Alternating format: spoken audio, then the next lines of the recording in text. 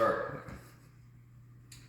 So step 5 on the tensile testing machine is connect the 2-inch extensiometer to the interface board, which is right here, and that's already taken care of. This is a 2-inch extensiometer. Step 6, turn the power on to the United USB box, which is this here, and you see the power is on there, and wait a few minutes. Step 6, turn the power on to the computer and let it boot up until a desktop screen is enabled. Turn the main power on for the test system, which is that red lever right there, and toggle the start button. Pull the e-stop out. We want to hear that click. Toggle the start button. So we did that. Run the crosshead up and down. Crosshead.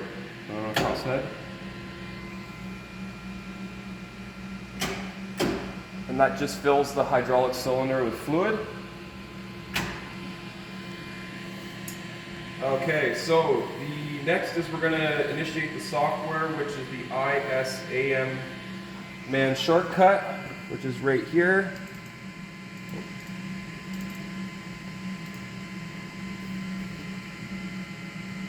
Then we're going to click New. I'm not used to this kind of mess.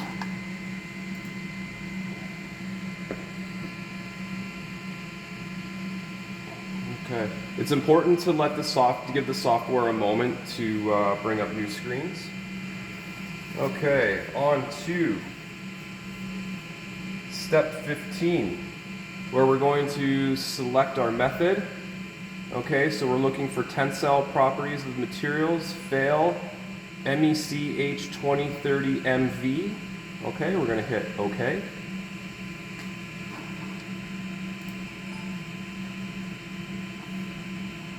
Let the software do its thing.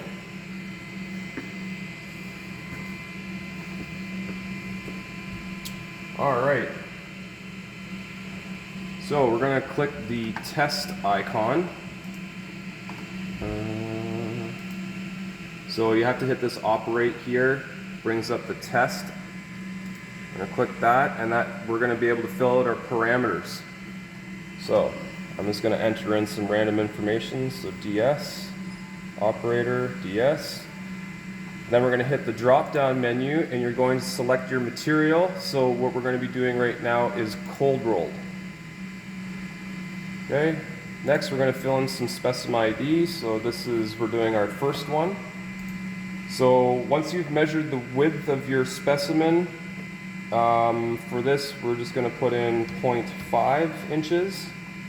It's important that you hit the tab button. Thickness 0.3125, tab, and once you hit tab, it will automatically calculate the cross-sectional area for you. Okay.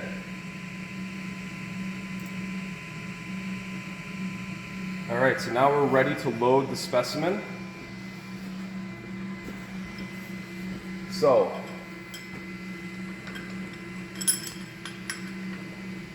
it is important to engage the grip section of the specimen as much as you possibly can. Not just a little bit, but as much as we can possibly grab so we don't get slipping when we're doing a tensile test. So I'm going to secure that. Then we can run the crosshead up.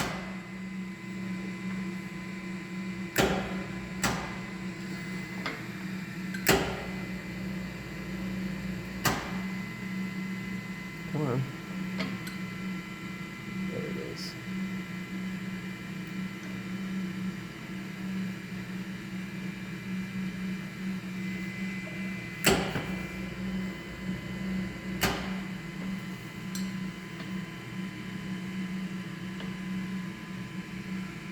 Well, cross it up. Now we're feeding all the ways up into the jaws.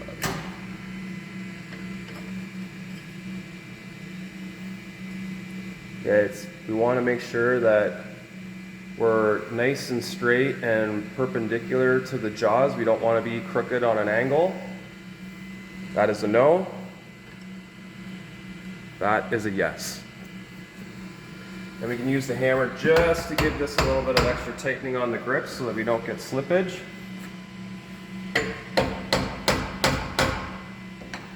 Okay. So the test is asking us, do we want to start a preload? This is just to take any irregularities out of the frame. Now it wants us to attach the extensiometer. This is a very delicate device. Okay.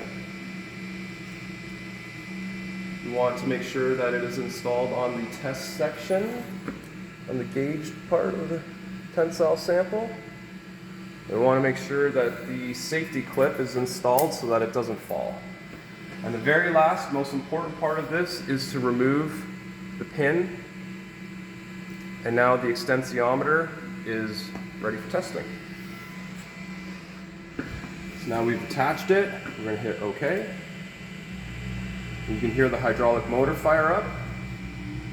Now you can see the positions are changing and we're starting to see load and force on top of the tensile sample.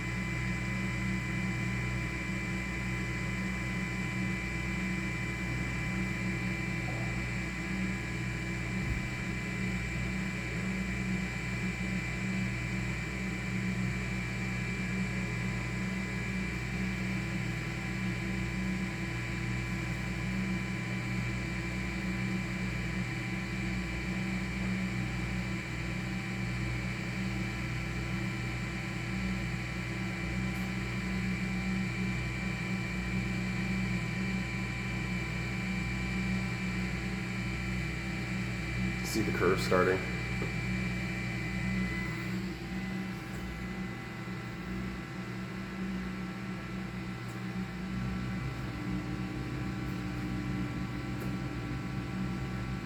There we go. So remove the broken sample. Okay, so remove the extensometer.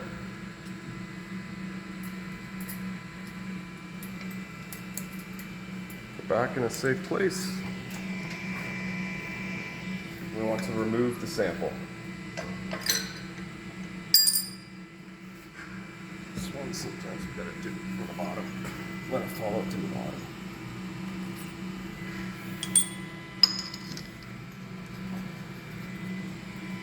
Okay.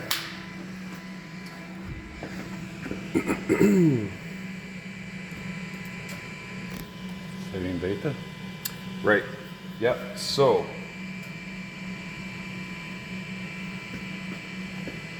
once the test is complete, we have the data here, but we want to go down to reports. Okay. And we can go to graph. It just takes a moment for it to plot the graph. Okay, so there's our graph. And if you hit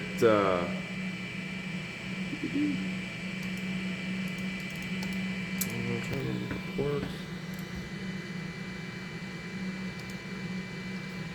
So if we hit report and then we're going to hit print, PDF, hit OK.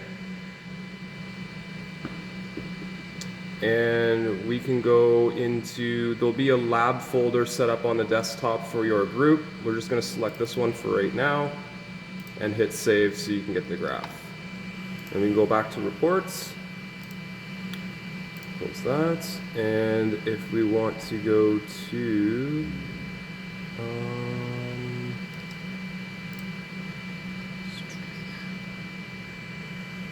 export curve. Okay.